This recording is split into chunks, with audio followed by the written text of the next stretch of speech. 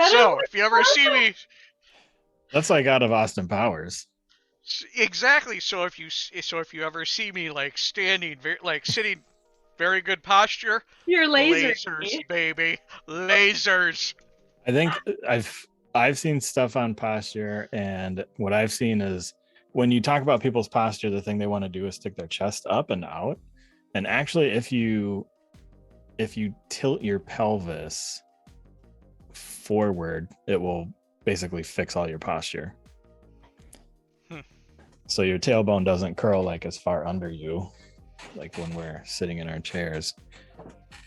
I feel like I'm slouching if my tailbone is underneath me. So if you sit like, well, because you've got the bone, I don't know what it is, like your femoral bone or something. You got those bones on your butt, right? Hmm. And so if you position your body to be over those bones, your back becomes straight. Oh, yeah. That makes more sense. Yeah, chairs are not, they don't help that because you want to sit back in the chair. I swear I gained 10 years on my life just by sitting in my chair for the past 2 years of COVID. And like my body is weaker, my hips are weaker, my muscles are weaker, Yeah. everything is weaker just by sitting in a chair for Yep. 2 years. I had that in high school, all the sitting. I could actually tell, especially my senior year, I could tell that my hamstrings were getting shorter. Hmm. So Yeah. it's like been a lot of work for me to get those stretched out to like normal. It's still not super great. I now have tendonitis in my right thumb. So here's the digression of aging for me. First, it was my knees about 6 months ago, where I would walk up the stairs. My right knee started like hurting going up the stairs. And I really like dancing and I really like squatting low when I dance. And so just like 3 months ago, I squatted low and I couldn't get back up. I was like, oh my God, I am now old. So that was 3 months ago. On April 15th, I couldn't see when I was reading. And then shortly after that, maybe about a week ago, my right thumb started hurting when I moved it. And now I have tendonitis in my right thumb. The The joys of good news is it's all downhill from here. It just yeah, it just keeps getting worse. worse. It doesn't. Don't let Steve fool you. No. So for the knees, because I'm well versed in the knee pain, and so it's usually there's like three things that you can do to fix knee pain for the most part. One is reduce weight. Usually when you get to like a certain size or a certain weight, all your joints or some of your joints will start hurting. Yeah. For knees specifically, like building up your quads and your muscles in your legs will help, and then foam rolling the knees, and specifically the teardrop part of your quad, like so the inside of your knees. And you've actually got your whatever the outside one is on your leg, the IT band. Roll that out. I'm sure that'll be super painful. That took me months to get so it wasn't painful anymore. But the IT band and then the teardrop of the knee, like doing that, it took a couple months, but you can finally get the pain to go away. It's painful when you foam roll it too. It just foam rolling is painful in general. So, yeah. okay, good to know. Thank you for that tip. Fitness by Russell. Yeah. Russell. Russell Athletic, right? Mm-hmm. Mm-hmm.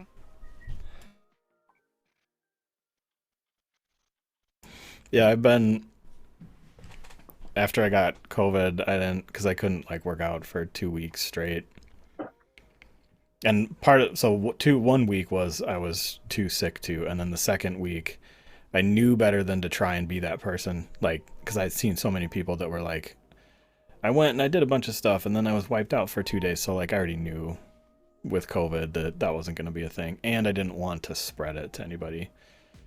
So the second week I didn't go to the gym, and then it just kind of like I didn't want to go to the gym hardly at all after that, and so now I'm trying to get back into which has been a battle. I'm doing all right. I've been going to the gym every day. Nice. Can only do cardio for now. So I spend about 45 minutes to an hour in the gym doing cardio. I'll get weightlifting back in here one of these days soon, hopefully. You loved lifting. Mm-hmm. That was your favorite part. Yeah, the pandemic didn't like help. You know, it was all dopamine, and it just stopped tasting like dopamine. And so I just gotta, you know, like the stuff that I'd like to eat and stuff, don't want to eat it anymore. Dopamine's a true drug. Yeah. Like anything can cause increase in dopamine. Yep. Exactly. But when it comes down, you're like, okay, I'm over it. I don't want it anymore. Yeah, so that's what happened for me, like with exercise. It's like it was just a war of attrition over the course of the pandemic. So yeah, diet went off the rails for a little bit. And then when I get stressed, I want to eat too. Which, I mean, I don't know. It's not that great, but it could be worse.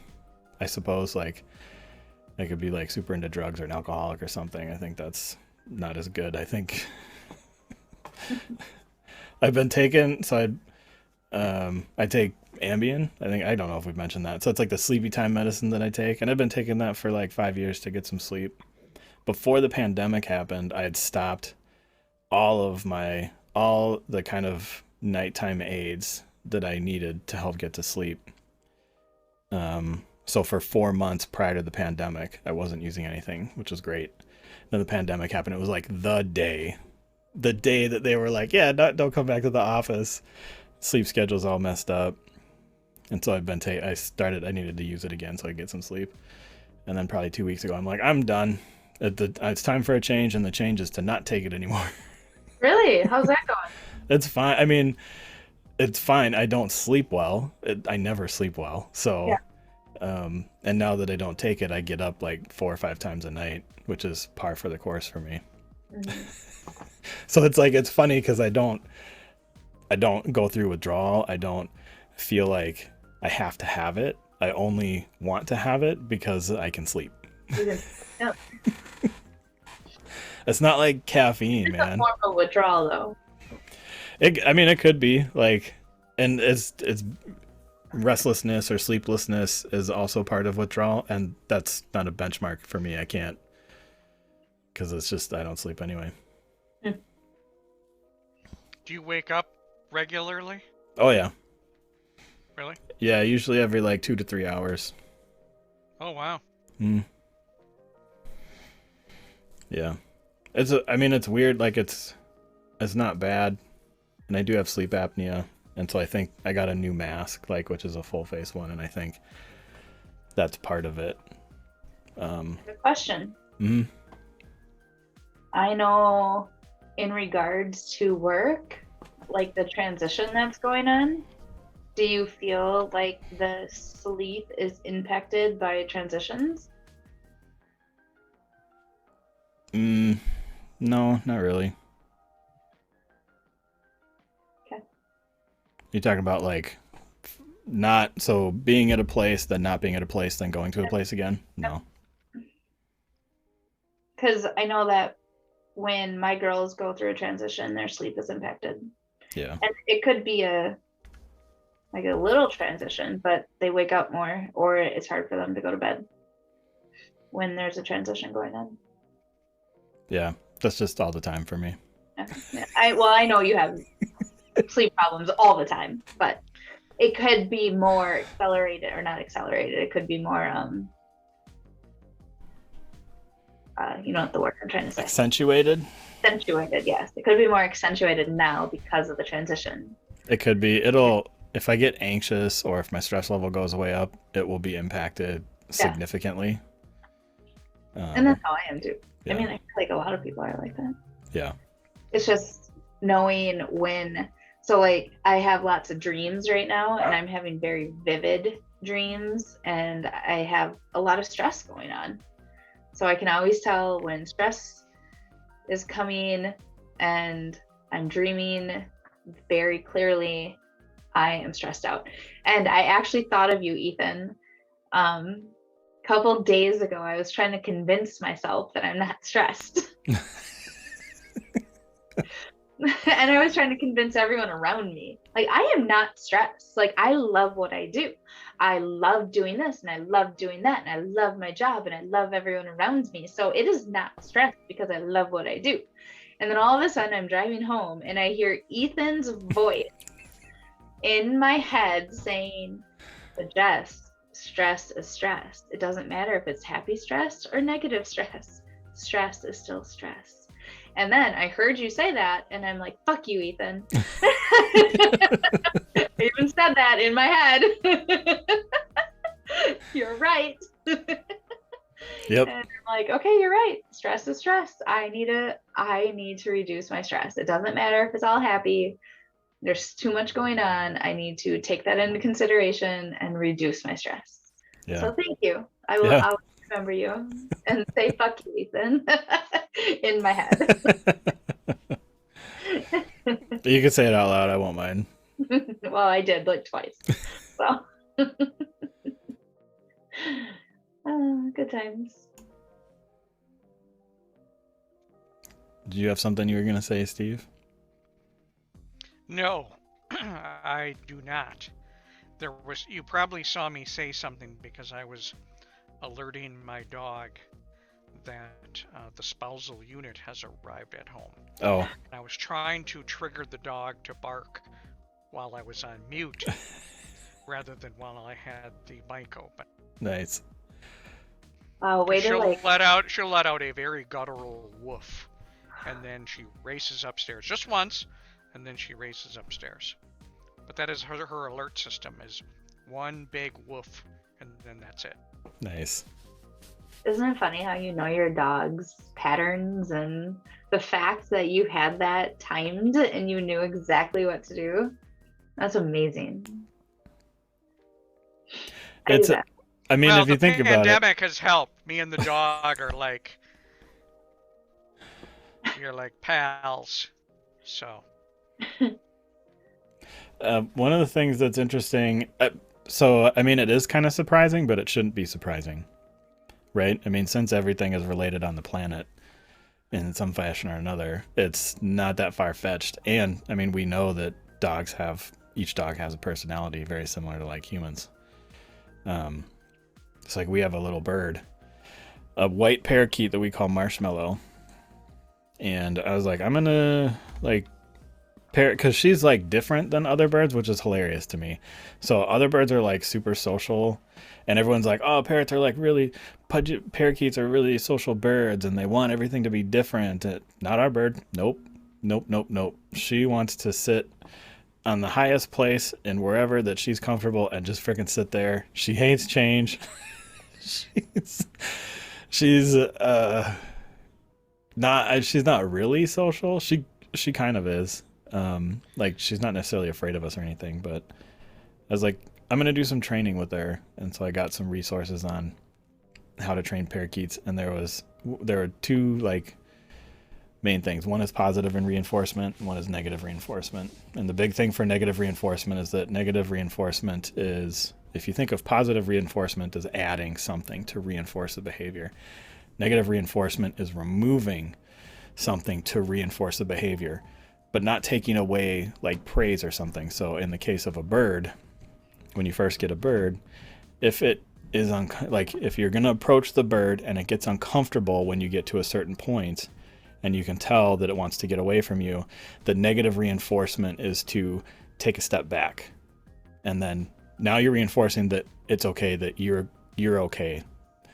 And so you've removed that thing that was making the bird anxious, which was because we have that with Bill Murray, the whole negative reinforcement thing, and how we've thought about negative reinforcement forever. Some people say it's not a thing. I think he advocates that it's not a thing in that movie. Parakeet Change Management by Ethan Russell. Book due out soon. Yeah, so that's the other thing. Some of the things that I've used, I may or may not use on people. A bird is a little different than a person, so I agree. Don't know about that. A little. A little more dynamics associated with person. I don't think so. So one of the big things about the You got to explain that. So one of the big things about the parakeet too was, so when you train a bird to like do step up, right? So you put your finger by the bird and then you train the bird to step onto your finger and you reward it with a treat. And the big thing was, that's always a trick. Always treat it as a trick because that's what you're teaching the bird. It's not like they like you and that's why they're doing step up. They're doing step up because you have rewarded them and they expect a reward. That's how it works. People are very similar in that regard. Is this how I train my boyfriend? Teach me how to train my boyfriend.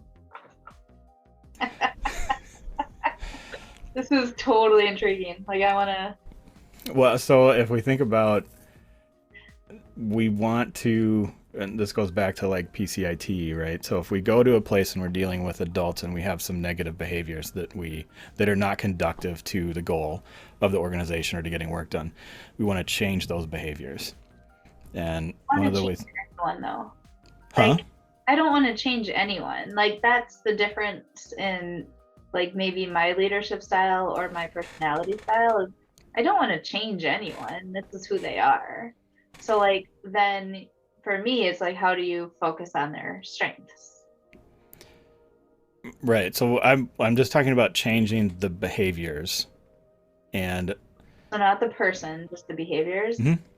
And those behaviors are more or less limited to you or whoever interacts with them. So if you and I are both working with a person and I'm, rewarding behaviors that we need to get stuff done and you're not, there will be different interactions between myself and you. Got it. Yeah. Yeah. So it's not like one person can come in and do this and completely change who they are. That's not what's going to happen. No. Yeah. Okay. I think I went to the extreme. Yeah. A little bit. Yep. Calling it out. Yeah. It's mostly just showing like this is communicating non-verbally or verbally, like, and so in the case of an animal, you're communicating non-verbally. This is the expectation, and this is, so it's a very fun process when you work with an animal to try and get them to do exactly what you want, because you can't actually tell them.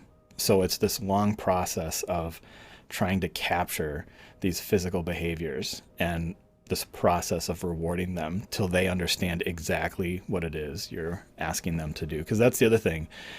It's a request. It's not, you're not telling them what to do. You're asking them to do that. So if they don't want to do it, they're not going to do it. It's all like much more touchy-feely, I think, than people realize, and way more applicable to people than they realize. I can see that. But there's more trauma in people than there is in a bird. And like, how in Ted Lasso, he says, like, be a goldfish. There's different levels of memory that birds have or like other animals have versus a human. So like we have trauma that our body remember. I was actually just talking to the girls about this on the drive home to here. I was saying, as a child, our body remembers trauma. Our body as a 5-year-old and as a 2-year-old remembers what happened. And when you're an adult, when you have a similar situation, your body goes right back to that situation. Whereas like a bird or a goldfish, specifically a goldfish, only has 10 seconds of memory. So it can never go back to, I believe that's been debunked. I believe there's experiments that have shown that they don't have 10 seconds of memory. A goldfish? Really? Yeah. I believe that you can... says be a goldfish. So I believe Ted Lasso. Isn't that really just the same thing as like buck up? Like, it's non-advice, isn't it? Because what you're saying is like, and I think you're right, like, this is the other thing. So what we know about how our brain works in response to trauma, we didn't know that 70 years. This is all relatively new science that we're just now understanding. And which is insane, seeing as how long humans have been around, that we're just now finally understanding our brain more. But like a bird, we have to admit, a bird's not around for 80 years. Birds are around for a little less. The bigger parrots are. They can live up to like 60 or 80 years, yes. Yes. And they remember when they were a baby? I don't know about that. I mean, obviously I don't know. I'm not somebody. I know that there was a gorilla that was saved when they were a baby, and then when they were older, I think they taught him. It was a boy gorilla, and he recounted after they taught him sign language the day that like his mother was killed and he was rescued. For sure, I believe obviously. Right, we're a lot closer. Lot closer. Yeah, I completely agree. So I don't know how far back it goes. I know there is dogs definitely have birds. I mean, at least our bird appears to. It appears as though she was not treated super well when she was little, and I think we got her when she was pretty young. It's kind of hard to tell exactly what age they are, but she seemed to be smaller than the rest of them. But she seemed to be like super skittish of hands. Like I said, she's very different. She's not like super sociable and stuff, which is why I was like, I need some help learning how to deal with this bird. So yeah, I think you are convincing me that there's like a trauma that animals go through that dictate their personalities, and because I see it in my dog. Yeah. And everyone has a trauma, even animals. I still find it is interesting though. So like you're talking about using like training techniques on people. Food is the biggest one. Food. How so? So when you go to so over the last 20 years, 15 years,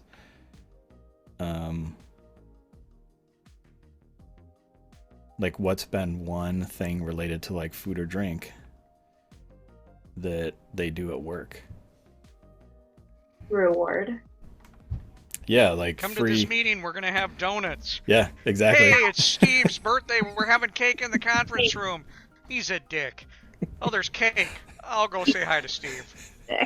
Free soda. I've been at places where they were free lunch every day, like happy hours. I mean, especially in like the sales environment, right? Yeah. All that stuff. Mm-hmm. Same thing. It's the same thing. Working lunch. Hey, we're going to provide the lunch. I was at a client, this was like 12, 13 years ago, and we were working weekends, nights, the occasional holiday. I remember a friend of mine was working Easter Sunday. Oh my Classic. God. But they would bribe us by saying, hey, we're going to order lunch and bring it in. And it was somehow, oh, okay. Okay, I'll do it. And it's not even good lunch either. Places, yeah. It was so bad. Yeah. Or having a requirement of like business casual and then allowing people to wear jeans on Fridays, or allowing them to pay money for an extended period of time to wear jeans every day. We and I would. Oh my gosh, that's so funny. I forgot about that. Totally forgot about that. Yeah. It's like it's not a thing anymore. Like it wasn't even a thing before the pandemic. Like that's how quickly things have changed. Yeah. Gen Z, man, the Zoomers have like really flipped stuff upside down because they don't put up with that. Like they're like, fine, I'm not coming here then. But like someone was blaming COVID for that, and I said, honestly, I don't think it's COVID. I think it's the millennials and Gen Z that actually flipped it. Like COVID started it. Millennials and Gen Z are the ones who continued it, and they're like, nope, not dealing with this bullshit anymore. I think it was the other way around. I think it was starting, and then when COVID happened, everyone's like, never going back. Like, I'm gonna wear pajama pants all day, every day. I was fortunate. I think I've talked about this at the first place I went to after I graduated. There was no dress code. And so in the summertime, which was great, it was shorts, flip-flops, and a t-shirt. It's fantastic. I never wore pajama pants to work. I figured I could have gotten away with it one time at least. But that to me was pushing the envelope just a little too much. How many times have you worn pajama pants during the pandemic? During the pandemic? Yep. Working from home. I should just say when working from home. Yeah. I'm thinking I'm like maybe once. Really? Oh, yeah. Pajama pants are super comfortable. They're not, so mine's more like lounge wear. It's not really like pajama pants. I do jeans still, but and like snuggly? No. How many times have you worn a snuggly? Never. My girls have them. You mean a comfy? What's the, yeah, like a snuggly where it's like one piece. Yeah. Thing. The basically like the footy pajamas, but more like a dress. Yeah. Do you have one, Steve? Have you worn one? No, I do not have one. But like I said, I think I only wore pajama pants maybe once, and I was sick, and I was only planning to put in like an hour or two to get some stuff out of the way, and then I like went back to bed. But otherwise I never wear pants. No. Yeah, right. Yeah, that sounds right. No, it's jeans. Really? I definitely like there being a difference between like, you know, work and kind of the rest of the stuff. I wear yoga pants every day. Every day. And there was a couple days I went into the office wearing yoga pants because I said, fuck it. I see all these guys wearing shorts into the office. I'm like, if you can wear shorts, I can wear yoga pants. Yeah, I've experienced women doing that for a long time, so that's not a surprise to me. Oh, at our company, women don't wear yoga pants. They don't really come off as yoga pant people, like in general. No. They're not. I am. Again, there's not very many women in my area, though. Like, there's women in the company, but not women in my group. So. I don't think I've performed the yoga pant analysis yet, but when I do make that analysis, I will put together a spreadsheet and share that at a future podcast. Perfect. Like the who would versus who doesn't. Yep. Predictability, forecasting. Yeah. Yeah, that whole thing. Okay, I want to see this. Have you ever been surprised when you walk in and somebody who you were not expecting was wearing shorts? Yeah. Yeah, for sure. No. And honestly, it was after the pandemic, though. So shorts is not really something that we would wear in the office. And then I'd walk in and I'd see like 4 dudes wearing shorts. And I'm like, what are you doing? And I literally was like, why can you wear shorts and I can't wear yoga pants? You can. Like, you can. Yeah, totally. Like, okay. We used to have... Go ahead. No, yeah. Oh, we used to have an annual meeting down at the racetrack, and it was outside, and it was hot as balls every single year. And then finally one person was like, can I wear shorts, please? Like, can we make this not work attire? And then if we got like 2 years maybe, and then the pandemic happened, we get to do it again. But yeah, for a while it was like business casual to the racetrack after work. Yeah. And we only had a couple of years where we got to wear shorts and just kind of dress down. Yeah. I thought you were going to tell a story about how you wore Zubas to work. That's my dad. He's a baby boomer. Nope. I had Zubas growing up, but like I didn't like them like he did. He loved Zubas, man. He loved them. I'm sure if they make a comeback, he'll get them again. He had his favorite ones were purple and gold and white. Of course. Sure. I'm pretty sure they had the Vikings logo on it too. Mm-hmm. Mm-hmm.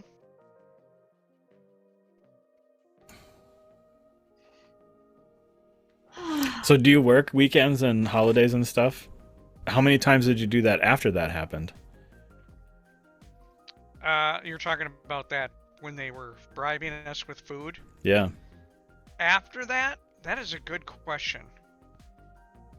I don't recall working nights or weekends after that. It's possible, but it was rare. Very rare. Yeah. Like, such that I don't even remember it. But I remember vividly working for this place weekends and it was to make it, of course, it's just totally predictable. The product never went live or anything, right? Seriously? Oh yeah, it never went live.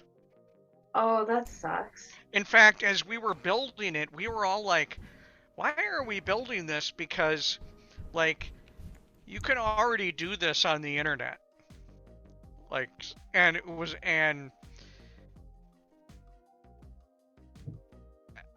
right now, like, all these things are going through my head about everything that was wrong with this project.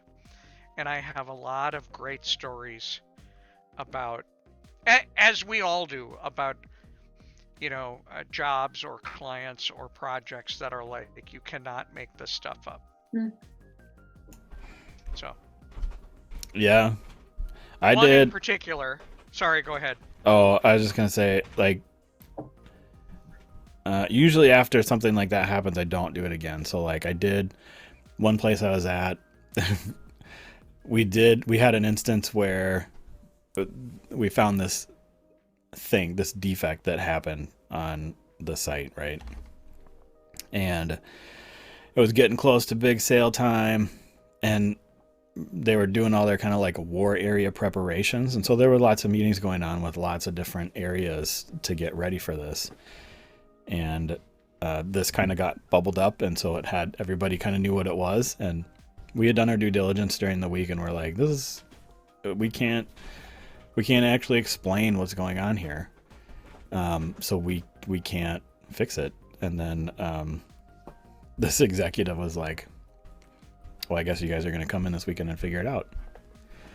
And we were like, I guess we are. And so then, like, Saturday we all come in and we spend all day, going through it. And then we determined on Saturday, we're like, we can't actually fix this. Like, it's actually not a problem. It's just the perception, like, we can't do anything about this. And then Sunday we had like a little half day where we went through and just reaffirmed. And then that was it. Never a weekend again. I did work Labor Day one time too, which was fun. No holidays ever again. I did like a 24-hour one time. They were releasing to 5 new. It was the most insane thing ever. They're like, yeah, well, we know how to do these releases. I'm like, this is a brand new product. The product you released to this client that you have was a hack. It's not actually a thing. And they were releasing it to 5 at the same time. So then we were there all night long, to the point where I was like, I'm leaving in an hour because I'm not going to hit morning traffic to go home. We're not doing that. And then I was sick the next day. Never again. I work late at night. I've done so many 48-hour releases. It's ridiculous. Yeah. Like, that was normal. So, like, when I had kids, staying up all night was a non-issue because I was used to it. And then when I had kids, staying up all night, going to do production releases was a non-issue because I was used to staying up all night with kids. Like, yeah, I have done so many overnight, 38-hour, 48 hours. I did the largest outage for a company, which was 32 hours, and it was so much fun because we just blared music and we would be silly and no one cared. I mean, we cared, but it was like, okay, we have 2 hours until the next task is done. So let's just kind of, bullshit and have fun and play games. And it was actually really fun. And it was less about the food. we didn't we didn't motivate via food. We motivated for like fun and let's play games and dance. And people wanted to be in the office because of how much fun we were having. Yeah, I was just gonna ask if you were in the office. So when we did this deployment, we were in the office, but their regular deployments were overnight, and they were all online. Which was, I mean, that was a while ago. So, yeah, what we're living now has been possible for a little bit. Exactly. So when everyone went into lockdown, working from home, like us in the IT world, we're like, this is not a big deal. We're kind of used to working from home. Like, we just need to do it more now. Like, we used to do it like small increments. Yeah. Now we're 24-hour increments or 40-hour increments during the week. Did you guys, when you did your overnights, did you have a bridge? Oh, of course. Okay. I wanted to get that out because I don't know that anybody like 5 years younger than us and younger would understand that word. Yeah, exactly. Oh yeah. You had to manage the bridge too. Yeah. Like, who's on the bridge? Like, are there executives on the bridge? Because you can't say certain things with executives on the bridge. So you needed to have maybe 2 bridges going, one for executives, one for non-execs. Like, managing bridges was like a thing. Yeah. Because I'm a little bit younger, so bridge was already an established thing, and I'd run across it when I was like at a retail place. I had friends that were managers, and so like I was familiar with the concept, and then we get to IT. But I've always thought when I hear that term bridge, I am on the bridge of the Enterprise. That is what it is to me. That's Star Trek. So they're like the bridge. I'm assuming that a term actually comes from like nautical, from the Navy or something. But like it's space for me. It's space. I didn't even think about that. Now I wish I would have thought about that. Well, that's what it is. I hadn't thought about it that way, but yeah, I think you're right. Yeah. Well, that's what it is. It's the one place where like all the senior people in the communication and everything takes place. So I'm assuming that's a carryover from military, or Star Trek. Yeah. Well, Star Trek's based on the Navy. Oh, is it? Yeah. Like, what's his name? Worf? No. Worf. Yeah. He's a Klingon. My friends used to call me Worf because the middle of my nose makes the up and down things that he has. So they're like, they tell me to do the Worf face. You are probably more. I can't think of her name. Do you know her name? She's the main lady from Deep Space Nine. The Bajoran? Yes. Yes. Kira? Yes. But also back in TNG, it was Ro Laren. Oh, jeez. Yeah. Ro Laren? Yeah. Was that the previous security officer before Worf? No, she was on, like, maybe for a season or two. Oh, yeah, she's the first Bajoran that they had. That's right. Yep. Yeah, okay. Yep. Yeah. Yeah, I can go Deep Space Nine on TNG. Wow. What I love the most about that is like I just said the series and the one, and you knew exactly the race and the person. That's fantastic. That is fantastic. I actually never watched Deep Space Nine. Yeah, I was not a big Deep Space Nine person. I probably saw a fistful of episodes, but TNG. Oh yeah. In fact, speaking of TNG, I was watching television just before this, and there was an ad that came on TV for AARP. Yes, I was paying attention. But this actor is in the car, and he's conversing with this gal who's the passenger, and I'm like, why do I know this guy? And it dawned on me he's actually in a TNG episode. Nice. Do you know who the new face of AARP is? No. Debbie Gibson. Oh, They're doing like a special concert with her. She's like an official spokesperson of AARP. oh my God. I know, right? She's a little bit before, like, you know, I'm more in the Britney Spears, Christina Aguilera, like, but I knew who Debbie Gibson was. I want to watch Star Trek now.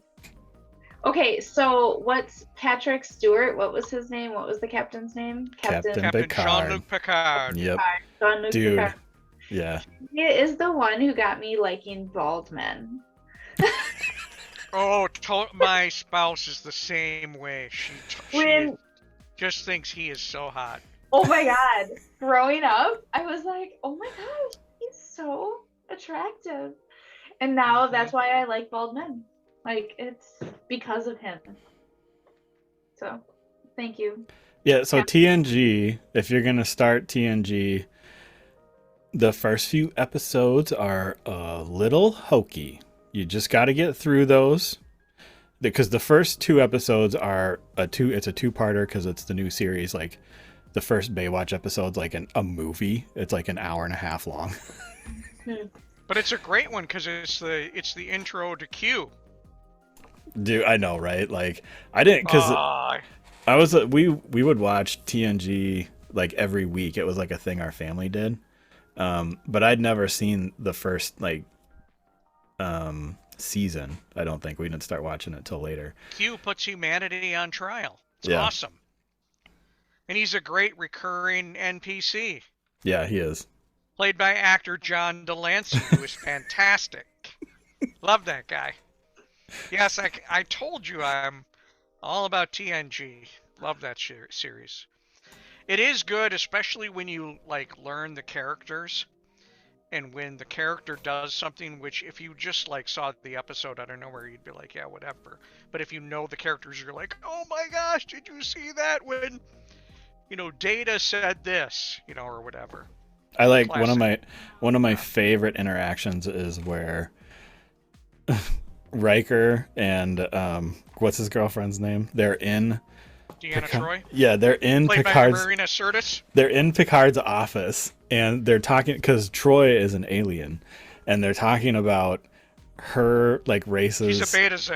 Yeah, they're talking about her races like sex drive, right? And they're like, you know, she's explaining like it's like way out of control, and Riker's just over there with this giant ass grin on his face. Mm-hmm. Now, Jess, you would appreciate this. Deanna Troi, the Betazoid that I referred to. She is an empath. Yep, that's what they call it. Oh my God. They call it an empath, and so she can read other people's emotions. Yeah. No, I'm looking at IMDb right now, and I cannot wait to watch the series. Like, I want to watch this all over again because this. And Yep, and I will admit, I used to think she was sort of like a throwaway character. Whatever. Oh. But like after like rewatching the series, I'm like, no, she was a great character. Yeah, she was. And I love watching her when she's. Well, I love watching her, but I love watching her like character development and the stuff she would add. She was good. Yep. The whole we love that series. It's really fun to watch. It's crazy to think that like they were gonna kill it. Like it wasn't doing very well. That's why they brought in Whoopi Goldberg, is because they were almost canceled. It's insane. I was just gonna say, did you know that Whoopi Goldberg was in there? Oh yeah. But Whoopi, did you know why Whoopi Goldberg wanted to be on the show? Why? She begged to be on the show. Because they didn't have any black ladies on the show, right? She said because the original Star Trek was one of, if not the first show to feature a black woman. Not just in the show, but as she was in a position of authority. Yeah. She was like, that was so groundbreaking, I want to be part of that. Well, they didn't have any the first season because Worf didn't come along until season 2. No, he was in there from 1987 through the end. So Worf and Patrick Stewart and Captain Jean-Luc Picard were in 176 episodes each. And same with Lieutenant Captain Forge or Lieutenant Forge. Geordi LaForge. Yep. Geordi LaForge. Well, they're not in every single episode though. No, but Worf was in there from the beginning. He was Worf and LaForge. He was not same amount of episodes. Worf was seriously. Do I need to give you a dossier on this whole thing? No, Worf. So he was just part of the security team because he was not the head of security. Well, Tasha Yar was. Right, Tasha Yar was played by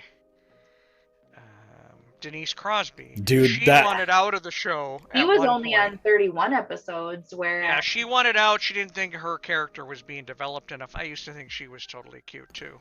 But she wanted out, so she left, and then also the like directors or producers or whatever didn't think Gates McFadden was doing enough, so they got rid of her and brought in Diana Muldaur of her fame of LA Law, brought her in, and that was a disaster for many different reasons. So this is a fascinating topic which we need to talk about sometime. You introduce somebody new, and the whole cast was like, wait a minute, we like Gates McFadden, she was part of our peeps. Yep. And now you foisted on us somebody new. They were like, yeah, who's the new person? And then they ended up getting rid of her and bringing back Gates McFadden. Yeah. Okay. The doctor. Dr. Beverly Crusher. Yeah. So that like first season, it starts out hokey, but it's pretty good. Yeah. It is. It gets better and better, and there's some. It's super fun, right? So, it's really fun now. Like it would be really fun for you to go watch it, and because all the technologies they're using back then, it didn't exist. Right. No. So they're having video conferences through space. There was no video chatting. There was no, like, television was the closest thing we had. Yeah. And the other thing is the way that they relayed in subspace all this information is like how we set up our cell networks. It's freaking awesome. Mm-hmm. MRI is not a medical technology. It's a physics technology, and it was developed by someone who saw it on Star Trek and wanted to do that. I just love it. I love it that a lot of the episodes are like moral dilemmas. Yeah. I love that. The one where Riker falls in love with a person from a planet that has no gender. And anyone that has a gender they go through like gender reassignment of no gender. And like the stuff that they do on that show is so much fun, man. It is. It's very good. And every single episode's like that too. There's one where they find the space probe and Picard basically gets whisked off. Inner light! Inner light is awesome! That is like one of the best 3 episodes ever the whole series. Inner light. It's fantastic. Oh, and at the end, when he delivers the box to him, awesome. Yeah, I don't want to spoil it too much because they're... Right. You know, it's really good stuff. That was one of my favorites, if not my absolute favorite. Also, the Darmok and Jalad at Tanaka. Yes. Oh my god. Were you at the place that we were at together when we did Darmok and Jalad? I think I might have been. Yeah. Okay, so at work, this place that we were at, we had a lot of fun. Like we had Letterkenny sayings. We like to say "to be fair." So the rule was if you said "to be fair," everybody would say "to be fair." Or if we decided we were talking about something too long, we would just say pitter patter, right? Fun things. I did a presentation. You know what? It was actually that first one when we set up those rules. And I told the story of Darmok and Jalad. Oh, I was not there for that. Meeting. Because if I was, I would have lost my mind. Yeah. So we're there and it's just, I'm explaining and that was the slide, Darmok and Jalad. And I explained the whole episode. Some people were into it. It would have been great if you were there to back me up, but I would have wet myself. I know it. I know it. I know you would have, like, just based Yes. on the conversation. Oh. I like, Darmok and Jalad's a good one. The one where Picard tells Data that if you do everything right and you still lose, that's life, is a good one. And then the other one where there's just something that happened on the Enterprise that was like the warp core exploded, or the dilithium crystal exploded, and there was a... Was that the one where there was the loop in time? No, that one's pretty good. This one was the one where they were trying to make it a terrorist attack, and they had found a new crew member who was part Romulan, and they were trying to go after this person and like throw him in jail. It's right, and so then they put Picard up there, and they're asking him like, you violated the prime directive this number of times. Like, it's so much fun. Like, it's all this, it's just super, yeah. And he's got that great line about what happens when you try and take away somebody's rights, and which is one of my favorite lines ever. And then Worf at the end. I have Good to stuff. get going, so I will let you guys continue to geek out about. Oh my God, this was the greatest podcast ever. Sorry, Jess, we didn't mean to go off the rails there. No, I'm pretty sure I'm the one who started it. I didn't realize I opened a can of the Pandora's box of geekdom. Yeah. Yep. Like, it feels like you guys watched this a week ago.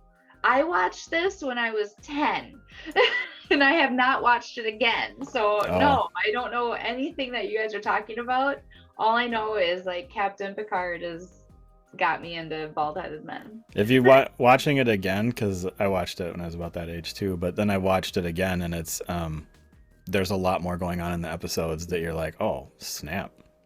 Yeah, and so where is it streaming? Oh, apparently it's streaming on Paramount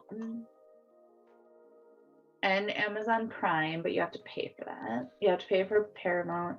It's also on like local TV at like 8 o'clock every night. Is it really? No. Is it Channel 45 still? Really? Yeah. It's Channel 45 or TBS, one of the free ones. They do Star Trek 7 to 8, Star Trek TNG 8 to 9, Star Trek Deep Space Nine 9 to 10, and no might even way. do Voyager after that. Yep. Okay, well, so that means I have cable, so I'd be able to at least search for it on cable. If you have cable, I believe that they play 2 episodes back to back on BBC every day. Nice. Okay. Well, that just got me excited. Okay. I also wanted to end this because I started out with the statement of how do I train my boyfriend? But really, Ethan, you made it clear that he is training me because he feeds me at like 11 o'clock at night, like seafood and steak. And he's literally like saying, good girl, here's some food and let's go to bed. Like, it is hilarious. So it's not me training him, he is training me because he is feeding me at like late hours, which I think is hilarious. So my eyes are now open to what's going on. Yeah, I mean anything like that, right? And to generalize, men do food, women use sex, right? That's like there's a what do you mean? Like women? So I've always thought that women feed men to get them to do what they want. Like, how do you get to a man's heart is through food. That's what I heard. Yeah, I think if you don't want to have sex with them. So in How I Met Your Mother, there's this really funny bit where they're talking about that, and Marshall's like, oh my gosh, to Lily. He's like, do you do that? He's like, is that why I get an erection every time I brush my teeth? And she's like, yeah, I think dental hygiene is really important. So he would brush his teeth, and then as a reward they would fool around. It's just it's just generalization. It's just funny, right? It's just a stereotype. Yeah. There's a little bit of truth to it, but yeah, food The again. math. Food will work for either one. You know the meme of the gal with all the math things going around? That is me right now going, this does not compute. This does not compute. And Wait. we'll leave it there. I like the people side of things, and like I'm fascinated by that, so I'm kind of into it. Well, I learned you again taught me something tonight, Ethan. I'm getting trained. The way to my heart is through food. You can turn it around on them, I'm sure. Is this a new phrase for train the trainer? Train the trainer.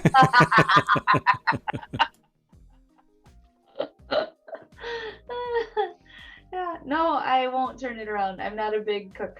I will not feed someone. Baking works. No. I will rub backs. And clean. That's about it. I have learned to not overexert too much energy for love at all. Yeah. I don't think it works for... I don't think it's usually good for most people to do that. No, don't overexert. It doesn't come back in return.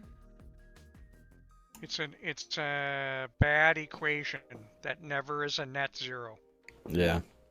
If it's an equal amount provided towards each individual, then yes, go for it. But don't give more than the other person is giving. It never works. Yep. Yeah. Okay. All right, we'll let you go. Steve and I'll keep talking about Star Trek. Okay. Have fun. Thank you guys. I always love it. Have a good night. Yeah, we'll see you. Bye. Bye.